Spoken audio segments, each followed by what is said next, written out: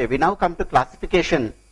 Classification is actually a very old problem. It has been tackled since the times of AI, and probably it became quite popular in around 1960s, and since then lots of people have been working on this problem.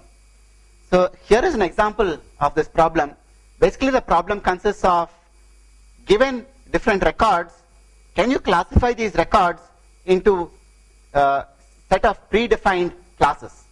Okay, so in this example, just to illustrate, this is an illustrative example.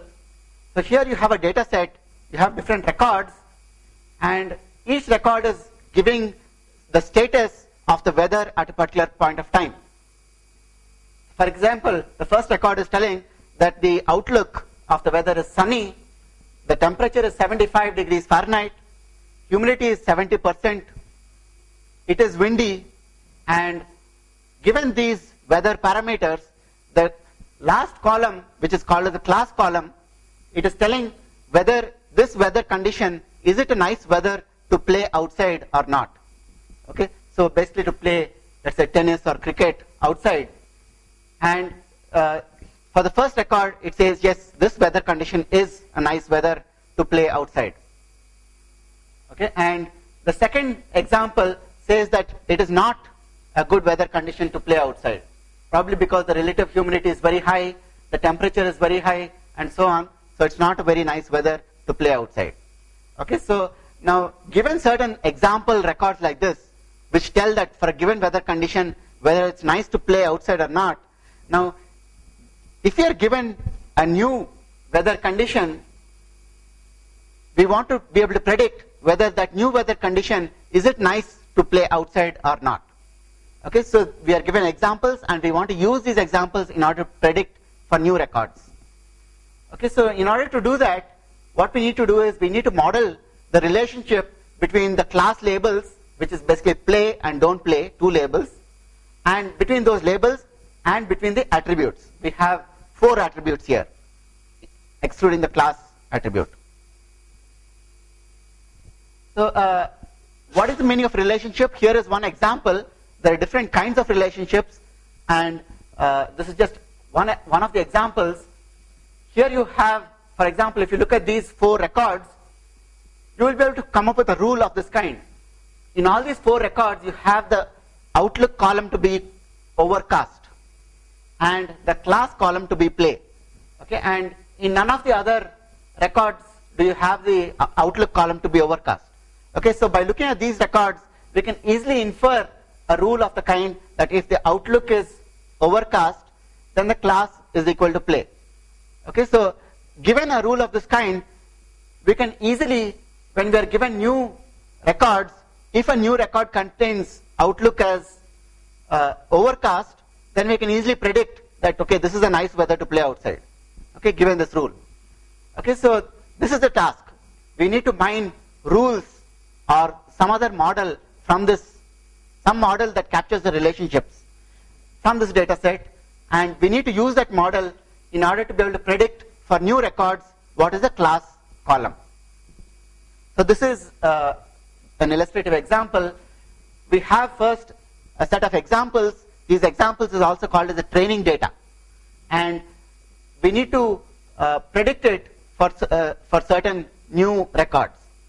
Now what is normally done is we need to test the model whether it's working accurately or not in the prediction task. So what we do is, some of these records normally, so some of the records we treat them, some of these example records, we treat them as training data, and the remaining records we treat them as testing data. A few of the records we treat them as testing data, and we assume that we don't have the class label of these records. Okay, and then we use the model in order to predict the class label of these records, and then we compare that predicted class with the actual class, because we actually do have the classes.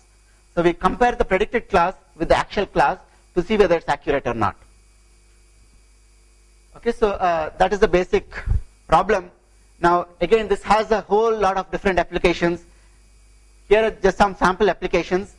You have lots of applications in text classification, So the first example is about, you need to classify emails as being either belong to spam or not spam. And this is a very major task because email is a very popular application. In fact, email is the application which made computers very popular. And if email cannot be used well, then there's a big loss. So you need to be able to automatically classify emails as spam or not spam. Okay, so you have two classes there. You have lots of example records.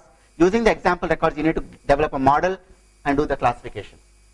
The second task here is to classify web pages into a Yahoo type hierarchy.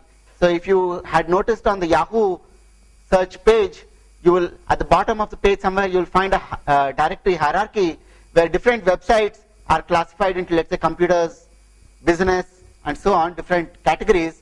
Now, can you automatically classify new web pages into a hierarchy like this? If it has to be done manually, it's a very major task because the web is so huge. You do need a lot of automatic tools for doing this. There are lots of NLP problems, basically natural language processing problems, and things like tagging. Okay, so you want to classify words in a document into whether it's a noun or verb or whatever into the part of speech. So this is a classification task. Okay, and there are many other classification tasks in these areas.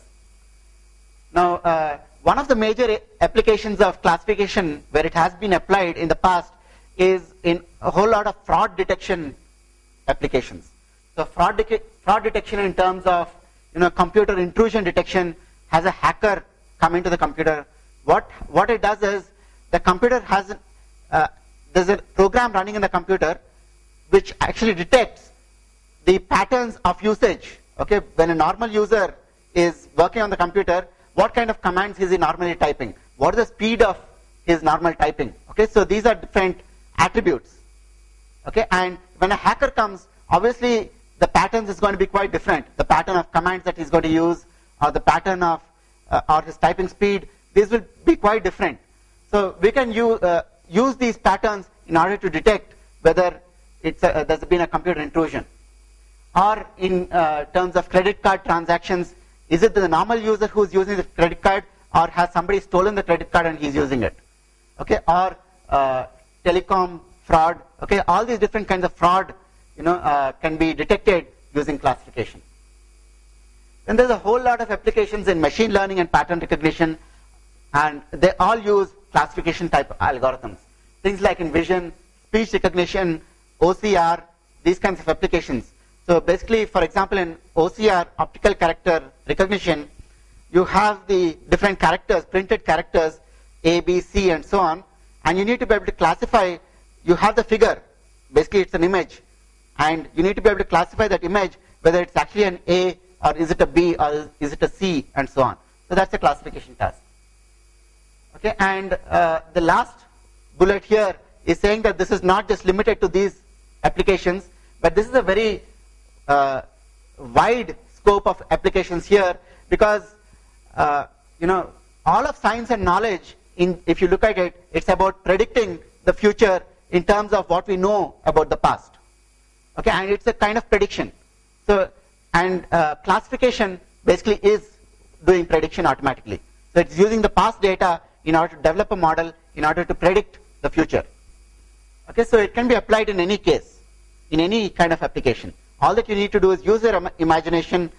In any data set that you have, try to convert that data set into a form that is suitable, that is of this kind, where you have a class column, and then you will be able to apply classification algorithms.